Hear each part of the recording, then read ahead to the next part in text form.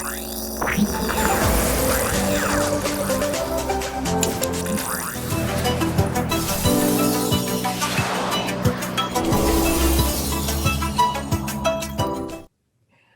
have a lot of you asking questions, and thank you so much for sending me your question.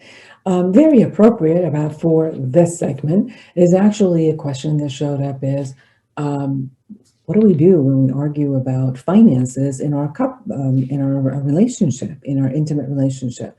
Whether you are married or, in this case, the person says that they are engaged and they're living together, they want to know what do they do so that they don't constantly get into an argument.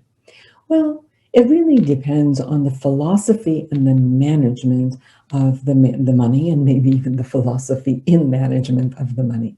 Some traditional relationships have come to some agreement where one person, usually the male partner, chooses to be the breadwinner and sometimes the management of the actual finances of the couple. Sometimes you'll see there's an agreement for one, maybe the male, or sometimes the female, to be the highest breadwinner, but the other person, maybe the wife or the husband, actually manages the money. And managing, what I mean is to really look at what are the bills, what are the expenses, how do they get paid every week, and then they can come together and start budgeting.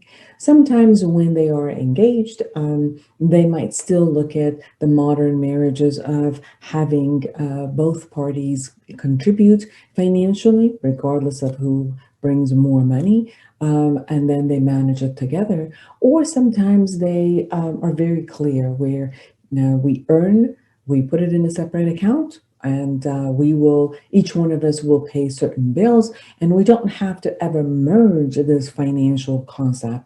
Yeah, some people work for them. What I've noticed with most of the couples is that they actually have to come to an agreement. People usually don't talk about money. They feel shame, they feel embarrassed, they feel a little bit intimidated to start talking about finances. One is how much the other person actually makes. It's as if it's a secret. And when you're coming to be engaged, living together, or actually wanting to be married, obviously, especially if you're married, as far as the law is concerned, your finances are pretty much together. You're going to be responsible and accountable for your finances and probably your husband. So it's important for the two-person to come together and look at what is it that my philosophy is. What is it that I can come through and merge with the other person's philosophy? Come together with some agreement. There's some people who have businesses which they can't merge everything that they have in a business, but they can definitely come to terms with how much salary they're going to give themselves from the business and put it into an account together so they can see it, be aware of it, have the information, and move forward with budgeting.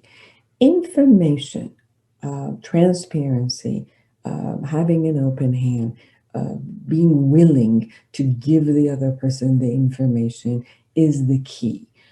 It's important for us to create that type of a trust.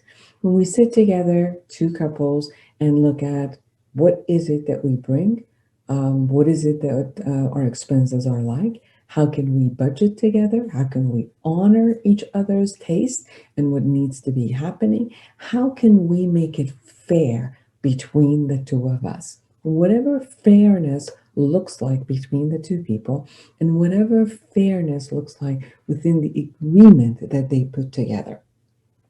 Some of these things can also be cultural, where the culture itself, the culture of the marriage and their upbringing and their family of origin system kind of dictated to them what the culture of financial earning and management and responsibility and power be.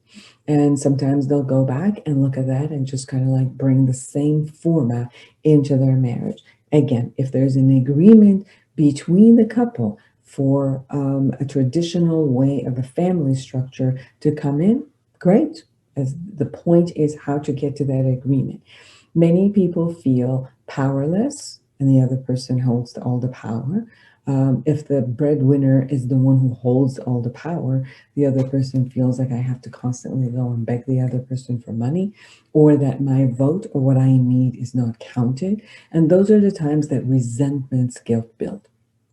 After 30 years of working with couples, finances is one of the biggest issues of argument and biggest issue of non-trust, much more than infidelity. Finances are the biggest issues of non-trust between the couple. And everything you do all day ultimately is going to come back to some sort of a financial decision together.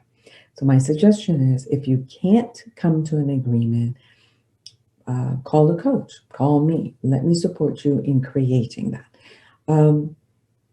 If you can, on your own, sit down and write all of your expenses together as you live together, the most important ones that are happening every week, the most important ones that are not set, but you need it. And then you set up the priorities about how you're going to create your spreadsheet.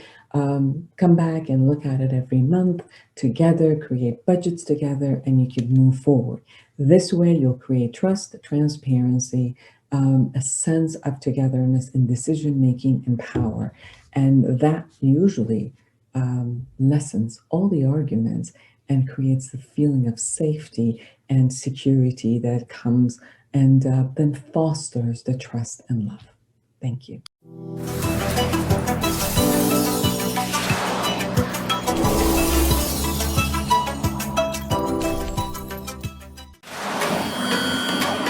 Togetherness Media. Togethernessmedia.com